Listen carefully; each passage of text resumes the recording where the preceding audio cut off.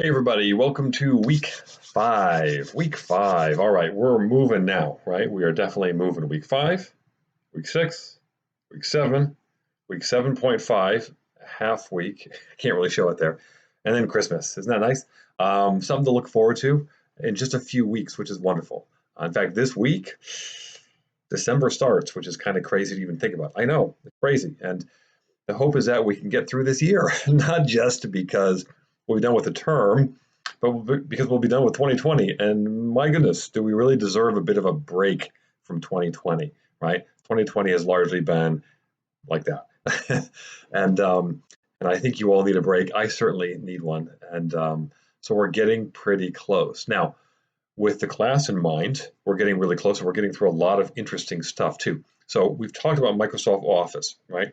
So before we even get there, let's do a little bit of review. We've talked about hardware and software, right?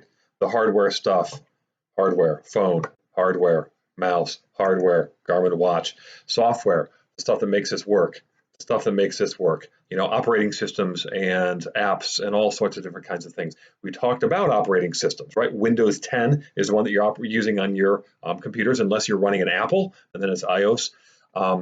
But that is the operating system, kind of the thing that runs, allows everything to run on top of it, right? And then we've been talking about a lot of apps, specifically apps related to Microsoft Office 365. So we've talked about Outlook, right? We've talked about Word, and now we're going to move into Excel. In a little bit, we're going to get into PowerPoint. But Excel is a very, very powerful app, a very powerful program in the Microsoft Office suite, always has been. And it's often the one that is most intimidating to students. They look at this and they think, I don't know what I'm doing with this kind of thing. What's a spreadsheet? What are these formulas? What are these? I'm not really sure here. That's understandable. It is, because it can seem complex. But we're going to go through the basics here so that you have a good foundation on which to build. We can't cover everything we want to cover in Excel because you'd need a 7.5-week class just to cover Excel. Excel is that big. It's that powerful. It offers so many things to users. We just need to scratch the surface here and then let you build on it going forward. So really, what is Excel? Excel is a spreadsheet, okay? The comparable program in Google would be Google Sheets, right? Same kind of thing. Excel is much better. But basically, this is a program that allows us to collect, compile, and organize large amounts of data, whether it's numbers or any other kinds of thing, right? So you can do home budgets, or you can do kind of meeting organizations for work, or you can do Christmas lists for your family. There's all sorts of things you could do in Excel. It's all about taking and collecting tons of data and organizing it in a very easy way. In fact, what you can then do is you put together tables of information, and you can make it even nicer. You can go from a table and you can create charts and graphs and really nifty looking things. We're going to be doing that in week 6, so just just be ready for that. But Excel is an opportunity for you to be able to organize data very, very effectively. This is something that all of you can do. All right, this is something that all of you are going to need to do at some point on the job, whether you're going into medical billing and coding, whether you're going into criminal justice, whether you're going into social work, whether you're going into early childhood education, and on and on and on and on. You accounting majors, you're going to use a lot more. But it's something that has great value. It's just a question of how do you get started?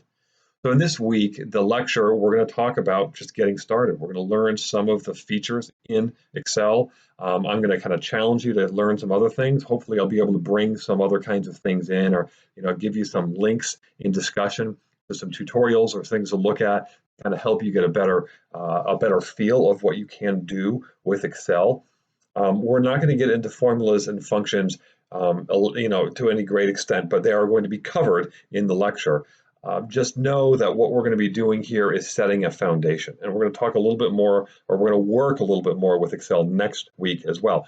So in terms of the assignments this week, we're not going to do an Excel assignment this week. It'll be next week, but we are going to do something called the graphic literacy assessment. This is something that's a kind of a part of a greater whole, which is a career readiness certification that you're going to be working on here at Bryan Stratton in multiple classes. And you're going to be doing multiple assessments. There's a talent assessment and a math assessment. And this class, we're going to be doing a graphic literacy assessment. So it's a short test in which you're tested on how well you read charts and graphs. okay? All sorts of different kinds of charts and graphs. Now, the test itself can be pretty hard. It's everything from kind of a high school level competency all the way to doctoral level competency. A lot of hard stuff here. You are not expected to get a 100%, but the grade for the test itself, it doesn't go into your overall grade. You don't need to worry. If you bomb this thing, you're like, oh my gosh, don't worry, it's not going to affect your overall grade. But it's going to challenge you to start reading charts and graphs, be able to understand how to use these things effectively, because these are things that we encounter all the time, every day in the world, even if it's not with Microsoft Excel or something like that. So that's why we have you guys doing this. Very, very important to learn graphic literacy skills. The graded part is going to be in the reflection. So there's going to be a reflection this week in which you do just that. You reflect on the graphic literacy assessment and the importance of graphic literacy skills, specifically on the job. So make sure you follow those prompts in the reflection very, very carefully. Now, there's one difference with this reflection. And that one difference is that we are going to upload that to ePortfolio. Now, some of you may have heard of ePortfolio at this point, some of you may not have, but make sure that you follow the instructions. There's a little video as well that shows you how to upload this properly to ePortfolio. This is a tool that you're going to use a lot through your time here at Bryant Stratton, because it's going to follow you after graduation. This is kind of like you're building like a professional resume, of sorts, or something that kind of is added to your resume. And so this is just the start of it. You're going to have to do a couple things in order to upload this properly, so make sure you watch the video. If you have questions, reach out to me, okay? I will help you out. So that's what we're going to be doing this week. It's Excel heavy, but we're going to do that graphic literacy assessment, and then we have a discussion, and I'll have more to say about the discussion in my video in the discussion board this week. Thanks, folks.